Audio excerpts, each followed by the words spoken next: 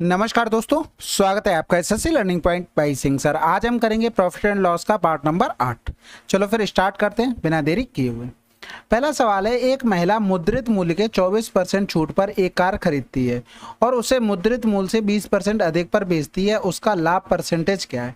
भाई मुद्रित मूल्य 100 रुपये है, छूट पर खरीदी 24% तो 76 में खरीदा और बेच दिया उसने 120 में। यही तो कह रहा था मुद्रित मूल्य से इतना अधिक।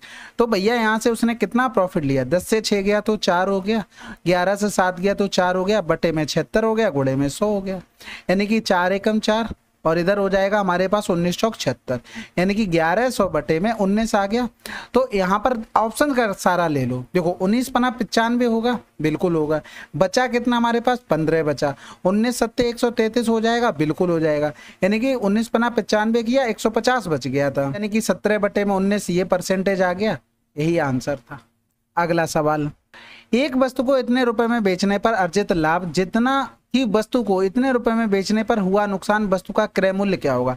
हमने आपको डायरेक्ट बताया था कि कभी भी अर्जित लाभ और उस पे हुआ नुकसान बराबर हो जाए तो सीपी अगर निकालना हो तो डायरेक्ट हम दोनों को जोड़ देंगे और उसका आधा कर देंगे। पार्ट नंबर फर्स्ट में ही शायद बता दिया था, अब यहाँ पर एक्सप्लेन करने की जरूरत नहीं है। 8 7 15 1 16 हो गया, 8 3 11 1 12 हो गया और 2 और 1 3 हो गया, बटे में 2 यानी कि 16 हो गया, 2 3 6 यानी कि 16 30 आंसर। अगला सवाल, एक आदमी लागत मूल्य की 4% हानि पर फूल बेचता है, लेकिन वह मापने के लिए 25 ग्राम वजन के बजाय 20 ग्राम का उपयोग का यूज करता है। देखो 100 की चीज अगर 4% हानि पर, यानी कि ग्राहक से 96 रुपए लिया, लेकिन बेचते समय उसने 25 ग्राम के पैसे ले लिए, लेकिन अपने पास से 20 ग्राम चीज दी। बस इसी पे काम करना था। 25 चौकू 100 हो गया, 4 दूनी 8, 4 चौकू 16 हो गया, यानी कि 20 रुपए पर हमने 4 का प्रॉफिट ले लिया, बटे में 20 गुणे में 100 हो गया, तो 20 पंजे 100 हो गया, 5 चौकू 20 यानी कि 20% का प्रॉफिट हुआ।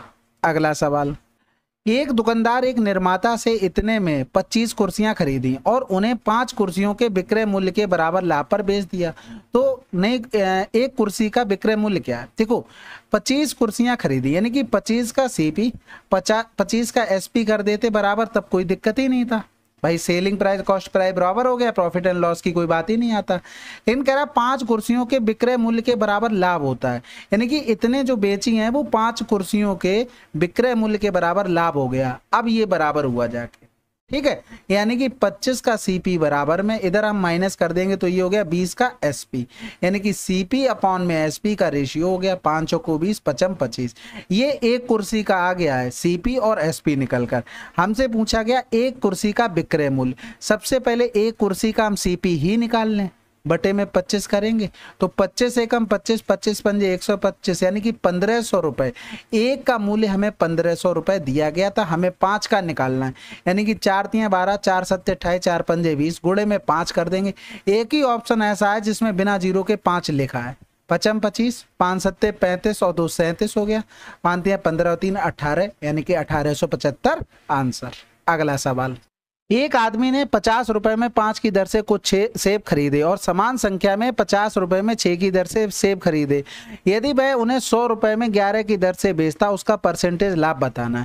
देखो 50 रुपए में 5 की दर से, 50 रुपए में 6 की दर से और बेच दिए हैं 100 रुपए में 11 की दर से। लेकिन भाई साहब जितने हम खरीदेंगे उतने ही बेचेंगे। अब कह रहा था यहाँ पर समान संख्या में, पहले तो दोनों की संख्याएं बराबर कर लो, इसमें 6 का गुणा इसमें 5 का गुणा, संख्याएं हो गई तो 6 का गुणा हो गया, इसमें हो गया हमारे पास 5 का गुणा। अब यहां से देख रहा टोटल खरीदे कितने हैं, हमारे पास 30 आए टोटल, यानी कि अगर हम यहां से देखें 30 का जो टोटल 6 पंजे 30 सॉरी 60 हो गया, टोटल हमने 60 खरीदे और 60 का अगर हम टोटल कॉस्ट प्राइस देखें तो 6 5 11 गुणे में 50 हो गया।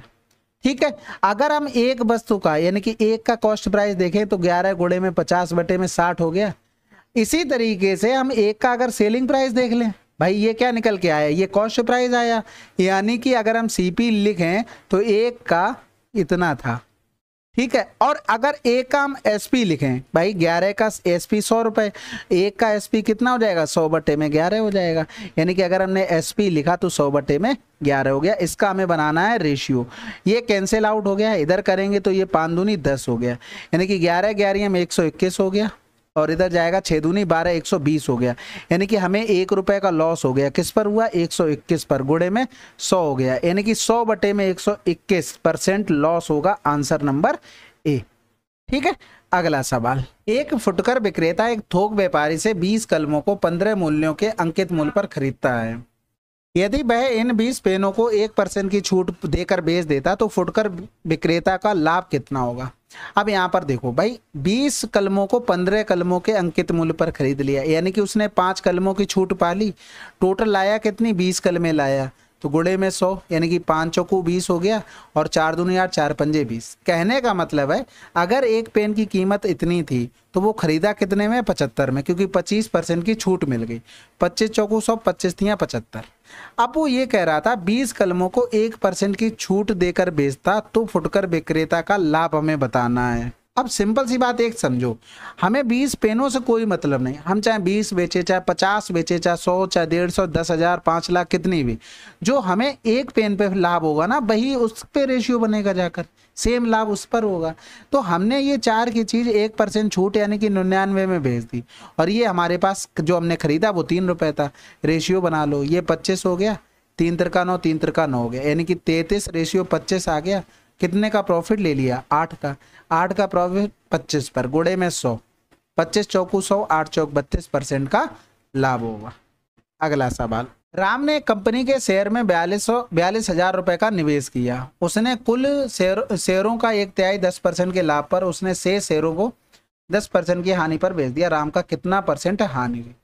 हमने मान लिया कि 1/3 कह रहा था, टोटल 3 थे, उसमें से 1/3 का मतलब 1 हो गया, उसके अलावा बचे 2। ठीक है, अगर हम इसका 100 रुपए एक शेयर का मान लें तो टोटल 300 रुपए हो गया। अगर हम 100 पर 10% का लाभ निकालें तो 10 हुआ। कहने का मतलब है ये सीपी हो गया 1 का। अगर 10% का प्रॉफिट निकालोगे तो कितना आ जाएगा? 10 आ जाएगा। और इसी तरीके से हम इसमें डायरेक्ट गुणा कर देंगे। इसमें 10% की हानि तो डायरेक्ट, क्योंकि ये हानि हो रही, यानी कि 10 का लाभ 20 की हानि, कुल मिलाकर हमें 10% का क्या हो रहा है? लॉस हो रहा है।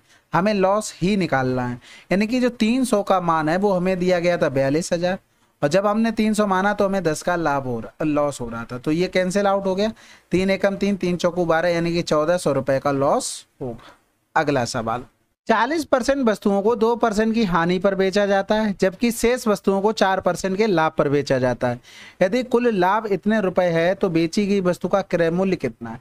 भाई देखो, 40% वस्तुएं और 4% के लाभ पर शेष, यानी कि यहाँ पर 60% वस्तुएं रही होंगी, यानी कि 20 दूनी 40, 20 तियां 60 हो गया, यानी कि 2 का हमें दे दिया 2% की हानि, और हमें दे दिया 3 का 4% का लाभ। हम ओवरऑल निकाल लेते हैं। कैसे निकालते हैं? एवरेज करके। 2 दूनी 4% हो गया, 4 तियां 12 हो गया, बटे में नंबर कितने? टोटल 5, यानी कि 12 से 4 गया तो 8 बटे 5% का हमें टोटल प्रॉफिट हुआ। यानी कि हमारे हिसाब से 8 बटे 5 क्वेश्चन में 250 रुपए दिया था, हमें 100 का मान निकालना था, यानी कि 250 गुणे में 5 गुणे में 100 बटे में हो गया हमारे पास 8, तो 25 पंजे 125 हो जाएगा, और गुणे में 1000 हो गया, बटे में 8, तो 8 एकम 8, 4 बचा, फिर 8 पन्ना 40 हो गया, 5 बचा, 8 संग 48, 8 दूनी 16, 8 पन्ने 40, 15 625 कहीं लिखा है? आंसर लगा दो। ठीक है, अगला सवाल। बाबू ने एक कार इतने रुपए में और एक बाइक अपने बेटे के लिए इतने रुपए में खरीदी। उसने कार को 10% के लाभ पर और बाइक को 20% की हानि पर बेच दिया। शुद्ध लाभ या हानि बतानी। इसमें भी वही करना है भाई, इसको हटा दो 0 से 0, यानी कि कार के लिए था 3 बराबर में 10% का लाभ, और यहाँ पर 1 बराबर में दे दिया था हमको 20% की हानि। अब यहाँ पर भी ओवरऑल बताना ना उन्हें, एवरेज लगा दो, खत्म। यानी कि 30% ये प्रॉफिट वाला, 20% ये लॉस वाला था, इसलिए माइनस आ गया। 20 गुणे में 1, 10 गुणे में 3, और टोटल नंबर 4 हो गए। 30 से 20 चला गया तो कितना बचा? 10, 10 बटे में 4, 4 दूनी 8, 4 पंजे 20, प्लस का आया इसलिए क्या होगा? गेन होगा, माइनस का था तो लॉस। अगला सवाल। एक वस्तु को बेचते समय इतने % का लाभ और 12% की हानि के बीच का अंतर दिया गया। अरे बहुत आसान दिया गया था, ये तो 4 बराबर 70 दिया गया था, 100 बराबर निकालना था, 25 सत्ते क्या पूछा गया था? वस्तु का लागत मूल्य क्या है? तब तो आसान है, 16 यानी कि 28 हो जाएगा, माफ कीजिएगा, तो 7 चौक 28 हो रहा है ना, तो 1 बटे में यानी कि 10 बटे में 4 गुणे में 100 हो गया, यानी कि 250 आंसर। क्योंकि यहाँ पर हानि और लाभ लिखा था ना, इसलिए डिफरेंस होकर 28 बनेगा जाकर। अगला सवाल करते हैं। कमर ने भाई ये नाम अच्छा है, 18 खिलौने को इतने रुपए में बेचा जिससे 4 खिलौने के लागत मूल्य के बराबर नुकसान हुआ, प्रत्येक खिलौने का क्रय मूल्य क्या है। देखो 18 खिलौनों में बेचा, हमने मान लिया कि 18 का सीपी और 18 का एसपी अगर बराबर होता तब कोई दिक्कत ही नहीं थी, लेकिन उसने क्या किया, 4 खिलौने के लागत मूल्य के बराबर नुकसान हुआ। नुकसान हमेशा किस पर होगा, हमेशा सीपी पर होगा, यानी कि ये हो जाएगा। अब इसको बराबर कर लो, क्योंकि लागत मूल्य बोल रहा है इसलिए सीपी लिखा है, तो 18 से 4 गया तो 14 सीपी बराबर में 18 एसपी हो गया, यानी कि सीपी अपॉन में एसपी, 2 ने में 18, 2 सत्ते 14। भाई कितने का नुकसान हुआ, हमसे पूछा क्या गया, प्रत्येक खिलौने का क्रय मूल्य बताना है।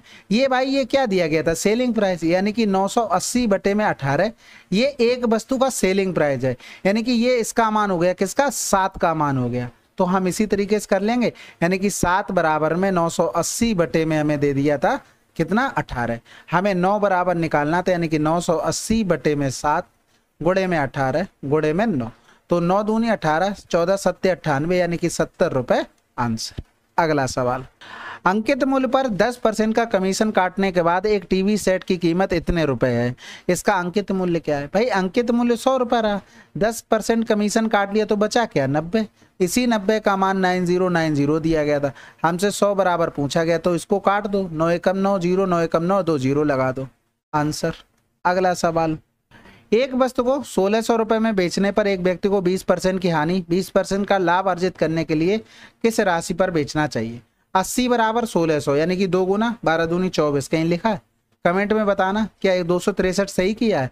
पिछले वीडियो में तो नहीं बताए हो, सही शर्म आती है, आपके अंगूठे थकते हैं, हमारे तो अंगूठे हैं ही कहाँ, हमारे तो थकते ही नहीं रिवीजन कराने में। भाई एक आदमी अपने दोस्त को एक कार 20% की हानि पर बेचता है। आप खुद से सोचो, अगर वीडियो देखते हो तो एक कमेंट तो कर ही सकते हो, बाकी तो मैं कुछ बोलता नहीं हूँ कि ये कर दो वो कर दो, ये तो इतना तो कर ही सकते हो ना। फिर मित्र इसे 30% के लाभ पर इतने रुपए में बेचता है, कार का लागत मूल्य क्या था। भाई कुछ नहीं, 58,000। ये मान पता किसका किसका था, 8 का, 30% लाभ यानी कि 13 का। अब इसको भाग कर लो, 8 सत्ते 56, 8 दूनी 16, 8 पन्ने 40, यानी कि 13 से भाग करेंगे तो 13 छक 78 ज़्यादा हो गया, 13 पंजे 65 हो गया, 7 बचा, फिर हो जाएगा 13 पंजे 65 हो जाएगा, यानी कि 55 समथिंग आंसर ये रहा। बस, या तो फिर ऐसे कर लो, 20% की हानि तो 80% हो गया, 30% लाभ 130 हो गया, फिर बराबर में लिख रहे 58,000 रुपये हो गया, फिर आप उसके बाद एक्स का मान निकालते रहो। अगला सवाल, पद्मा ने 80 किलो टमाटर इतने में खरीदा, इतने रुपए प्रति किलो में बेच दिया। भाई 80 खरीदा था तो 80 ये बिचवा देते हैं, यानी कि 320 ये हमारा सेलिंग प्राइस हो गया, सॉरी कॉस्ट प्राइस, और सेलिंग प्राइस हो गया इतना। ठीक है, बस खत्म कर लो, यानी कि 8 चौक 32 हो गया, 4 की चीज इतने में बेची है, रेशियो बना दिया हमने, 0.5 का फायदा लिया किस पर, 4 में, गुणे में 100 हो गया, यानी कि ये इधर कर लेते हैं नीचे, 0 से 0 हो गया, 2 दूनी 4, 2 पंजे 10, यानी कि 55 25, 12.5% आ रहा है। भाई क्या बात है, अच्छा दिया तो है, मुझे 12.5% दिख नहीं रहा था, समझ रहे हो। अगला सवाल, सुमंत ने वास्तविक मूल्य में 15% कम मूल्य पर एक माइक्रोवेव ओवन खरीदा। ठीक है, उसने जिस मूल्य पे इसे खरीदा था उससे 35% के लाभ पर इसे बेच दिया। सुमंत द्वारा निर्धारित किया गया विक्रय मूल्य वास्तविक मूल्य से कितने % अधिक था। भाई उसने क्या किया, वास्तविक मूल्य से इतने कम मूल्य पर माइक्रोवेव खरीदा, यानी कि 85 में खरीदा। फिर क्या किया, उससे 35% जिस मूल्य पर इसे खरीदा था इतना अधिक कर दिया, यानी कि 85 से इतना अधिक कर दिया। फिर कह रहा था कि वास्तविक मूल्य से कितने % अधिक किया, यानी कि 100 से कितने % अधिक हुआ, यानी कि कुछ नहीं था भाई। 15 हमने पहले कम किया, फिर 35 हमने बढ़ा दिया, और प्लस माइनस माइनस 15 गुणे में 35/100 ये करना था। बस समझने की देर थी, जो मैं नहीं समझ पाया। भाई एक चीज यहाँ से यहाँ आई, फिर इससे कुछ कम हुआ, फिर जो भी बना वो कंपेयर इसी से करना है। सवाल वही बन गया, 20% बढ़ा दो 20 कम कर दो, फिर क्या डिफरेंस आएगा। ठीक है, तो 0 3 से 1 गया 2 प्लस का आ जाएगा, इधर कर देंगे तो 15 पना 75, हाथ से लगा 7 15 3 45 और 7 52 हो गया, और आ जाएगा इतना। 20 से पूरा 6 घटा देंगे तो 14.75% आंसर। अगला सवाल, एक व्यक्ति ने एक वस्तु को उसके अंकित मूल्य के इतने पर खरीदा और उसे उसके अंकित मूल्य 15% का अधिक पर बेच दिया, उसका लाभ क्या होगा। तो कह रहा था इतने पे खरीदा, यानी कि 4 की चीज 3 में खरीदी, ये उसके लिए सीपी हो गया, ये हो गया मार्केट प्राइस। अंकित मूल्य से 15% अधिक पर बेच दिया, यानी कि ये इतने में बेच दिया उसने, तो हमें प्रॉफिट बताना है इससे रेशियो कंप्लीट करके। तो ये हो गया 25 हमारे पास, 55 25 हो गया, 5 दूनी 10, 5 तियां 15 हो गया, इधर 23 करेंगे, इधर 5 तियां 15 करेंगे। प्रॉफिट कितने के ले लिया? 8 का, किस पर? 15 पर, गुड़े में 100 हो गया। तो 5 दूनी 10 हो गया, 5 तियां 15 हो गया, 8 दूनी 16, 160 बटे में 3, 3 पंजे 15 हो गया, 3 तिरका 9, 1 बटे में 3% आंसर। अगला सवाल, एक वस्तु का क्रय मूल्य अंकित मूल्य का इतना परसेंट है, 12% छूट देने के बाद परसेंटेज लाभ बताइए। देखो कह रहा क्रय मूल्य अंकित मूल्य का इतना परसेंट है, यानी कि मार्क प्राइस ये है तो कॉस्ट प्राइस क्या होगा? 64 होगा। 12% छूट देने के बाद परसेंटेज लाभ की गणना करें। भाई 12% छूट हम इस पर देंगे ना, तो 12% छूट देने के बाद क्या बचा? 88 बचा। इन दोनों का रेशियो बना लो, 2 चौकू 8, 2 चौकू 8 हो गया, या तो 4 दूनी 8 कर लेते। इधर हो गया हमारे पास 16, तो 2 अट्ठे 16 हो गया, 2 एकम 2, 2 एकम 2 हो गया, कितने का? 3 का प्रॉफिट 8 पे लिया, गुड़े में 100, यानी कि आंसर आ जाएगा। देखो इसका मतलब होता है 12.5%, 3 गुना करेंगे 12 तिया 36, तो लगभग 37.5% आंसर। अगला सवाल, आनंद ने एक कार इतने रुपए में खरीदी और उसे 15% की हानि पर बेच दिया, उसने कार को किस कीमत पर बेचा? अब यहाँ पर देखना 15% की हानि, यानी कि हमें 375 000 85%, कैलकुलेशन का बस आपको दिमाग लगाना। ये चला गया, यानी कि हमें 1 0 चाहिए, तो ये आंसर तो हो नहीं सकते। लास्ट में यहाँ पर 7 5, यहाँ पर 2 5 लिखें, तो हमें 2 ही नंबर तो चेक करने हैं। तो 375 इंटू में 85 करेंगे, 55 25 हो गया, यहाँ से लगा 2, 5 7 35, 8 पीछे से फिर फॉलो करेगा, 8 पन्ने 40, यानी कि 5 4 3 7, 75 में 2 जोड़ देंगे 77, यानी कि 7 5 किस में लिखा है लास्ट में? आंसर लगा दो। ठीक है, कैलकुलेशन इस हिसाब से करनी, बाकी आप 15% निकाल कर घटा भी सकते थे, आपका आंसर तो वहां से भी आ जाना था। अगला सवाल, अब ये सवाल 25% का लाभ आसान है भाई। 750 का मान दिया गया था, 125, और हमें 660 का मान निकालना था। तो 25 पंजे 125, 25 तियां 75 हो गया, 30 दूनी 60, 30 दूनी 60 हो गया, 22 पंजे 110। भाई अगर हमने 25% का प्रॉफिट किया तो इधर 125 हुआ, यहाँ पर 110 निकल कर आया, तो प्रॉफिट क्या हो रहा है? 10%। अगला सवाल, एक फुटकर विक्रेता 54 किलोग्राम संतरों वाला एक थैला 25 रुपये प्रति किलोग्राम की दर से खरीदता है। कह रहा था बाद में छटाई करने पर यह पता चला कि 4 किलो संतरे सड़े हुए थे, वह उन्हें फेंक देता है और शेष को 36 रुपये प्रति किलो पर बेच देता है, उसका लाभ परसेंटेज बताइए। भाई उसने टोटल खर्चा किया था इतने रुपए, अब उसमें 4 खराब हो गए, बचे 50 किलो और 36 के हिसाब से बेच दिया। ये कॉस्ट प्राइस, ये सेलिंग प्राइस, बस खत्म। 25 दूनी 50 हो गया, 9 चौक 36 हो गया, 9 छक्का 54 हो गया, 2 तियां 6 हो गया, यानी कि 3 रेशियो 4 आ गया। तो 3 से प्रॉफिट 1 रुपए का, बटे में 3, गुड़े में 100, आंसर क्या आ गया? 33 से 1 बटे में 3%। अगला सवाल, एक वस्तु जब 10% के लाभ पर बेची जाती है तो 10% की हानि पर बेचे जाने से इतने रुपए अधिक है। भाई यहाँ पर लाभ हो रहा है, यहाँ पर हानि हो रही, यानी कि ये 20% का मान हमें दिया गया था 150, 100% का मान निकालना था, 5 गुना हो रहा था, 750 आंसर। अगला सवाल, एक महिला 78 पेंसिल बेचती है और 13 पेंसिल के बिक्री मूल्य के बराबर लाभ प्राप्त करता है। भाई देखो 78 का अगर सेलिंग प्राइस 78 के कॉस्ट प्राइस के बराबर कर दें, कोई दिक्कत ही नहीं है, लॉस और प्रॉफिट एंड लॉस की कोई बात ही नहीं होने वाली यहाँ पर। लेकिन यहाँ पर 13 पेंसिल के बिक्री मूल्य के बराबर लाभ प्राप्त करती है, लाभ हमेशा कॉस्ट प्राइस पर और सेलिंग प्राइस के बराबर हो रहा है, बस अब ये बराबर हो गया। ठीक है, इधर आ जाएगा 8 से 3 गया 5, 7 से 1 गया तो 6 हो गया, और सेलिंग प्राइस बराबर में 78 का कॉस्ट प्राइस, यानी कि सेलिंग प्राइस अपॉन में कॉस्ट प्राइस, 13 छक 78, 13 पंजे 65, प्रॉफिट लिया 1 का, किस पर? 5 पर, गुड़े में 100 हो गया, यानी कि 20% का लाभ। अगला सवाल, किसी वस्तु को एक निश्चित कीमत पर बेचने पर कितने % लाभ होगा यदि वस्तु को उसके विक्रय मूल्य के आधे पर बेचने पर 12.5% की हानि होगी। देखो 12.5% की हानि का मतलब होता है 1/8, यानी कि अगर कॉस्ट प्राइस ये है तो ये हमारा क्या हो गया? ये लॉस हो गया।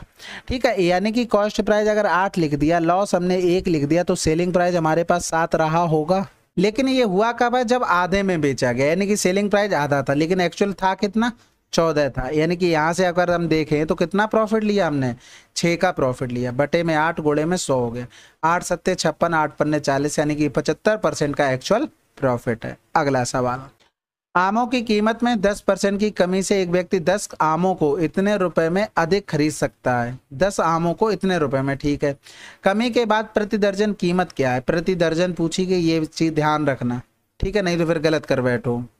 तो 10% की कमी हुई भाई, 10 आम खरीद सकता था। हम तो कह रहे 100% हो जाए कमी, तो उसे कम से ज़्यादा कितना मिल सकता था, 10 गुना हो रहा था, यानी कि 100 आम मिल सकते थे। ये प्रेजेंट की बात है, कह रहा था कमी के बाद का ही पूछ रहा है, यानी कि प्रेजेंट में अगर देखते तो अगर हम एक आम का मूल्य निकालते तो इतने रुपए था। अगर वो पुराना पूछ लेता तो भाई यहाँ पर 100 आम अधिक मिल लेते ना, पुराने में 90 आम मिलते, 10 कम मिलते अभी के। अभी देखो टोटल 100 ही तो मिल रहे हैं, तब ये पुराना मूल्य हो जाता। लेकिन हमें जरूरत नहीं थी। एक आम का हमने प्राइस निकाल लिया कितना, 2250 बटे में 100। हमें 12 आम का चाहिए तो ये हो गया। तो 25 ने में 225, 25 चौकू 100, 4 तियाँ 12, यानी कि 9 तियाँ 27, 270 रुपये प्रति दर्जन निकल आया है। अगला सवाल, तो आज हम इतने ही रखते हैं। और कुछ लोग पूछ रहे थे कि कितने दिन में बुक खत्म होगी। भाई इतने ज़्यादा क्वेश्चन है तो 3 से 4 महीने लगने ही लगने। आप कह रहे होगे कि 25 क्वेश्चन डेली कराते हो, इससे क्या फ़ायदा होगा, ज़्यादा कराओ। भाई इतना डेडिकेशन आपको आपके पेड कोर्स में नहीं मिलता होगा, गारंटी से बता रहा हूँ। आप कमेंट बॉक्स में लिख दीजिएगा कि मिलता हो जहाँ पर भी, ठीक है। अगर मिलता होगा ना तो सैटरडे संडे ऑफ रहता होगा, लेकिन यहाँ तो वो भी नहीं है। आपको डेली 25 क्वेश्चन कम से कम मिल तो रहे हैं, मन होता है तो 50 भी मिल जाते हैं। कोई भी छुट्टी नहीं ले रहे हैं, भगवान न चाहे अगर बीमार हो गए तो बात अलग है, नहीं तो कोई छुट्टी नहीं, हमेशा वीडियो आ रहा है। तो ये समझ लो बात को, देखो हर तरीके की हर पहलू देखो। मैं 50 क्वेश्चन कर दूंगा डेली, मैं छुट्टी कर दूंगा 2 दिन की वीक में, फिर क्या करोगे? समझो बात को भाई। मैं एक आध दिन ऐसे भी कर सकता हूँ ना, मान लो 50-50 3 दिन कर दिए, फिर 3 दिन हमें छुट्टी करनी है। भाई यूट्यूब पे पढ़ा रहा हूँ, ऐसा तो नहीं आपने मुझे पैसा दे रखा है, और इतना तो कंटिन्यूस आपको पेड में भी नहीं मिलता होगा। तो ये चीज़ समझो, टाइम तो लगने वाला, 3 से 4 महीने लगते हैं तो वो लगेंगे। और वो तब लगेंगे जब हम बहुत से चैप्टर मतलब इंक्लूड नहीं कर रहे हैं। कौन कौन से? सिंप्लीफिकेशन हो गया, एलसीएम एचसीएफ हो गया, नंबर सिस्टम हो गया, तब हम बात कर रहे हैं मेन चैप्टर। ठीक है, चलो फिर कोई सजेशन हो कमेंट बॉक्स में लिखिएगा। अगर वीडियो कंप्लीट आपने देख लिया हो तो डन जरूर लिखना है, बाकी कोई सजेशन है तो जरूर लिखा करो कमेंट बॉक्स में। ठीक है, मिलते हैं अगले वीडियो में, तब तक के लिए जय हिंद जय भारत।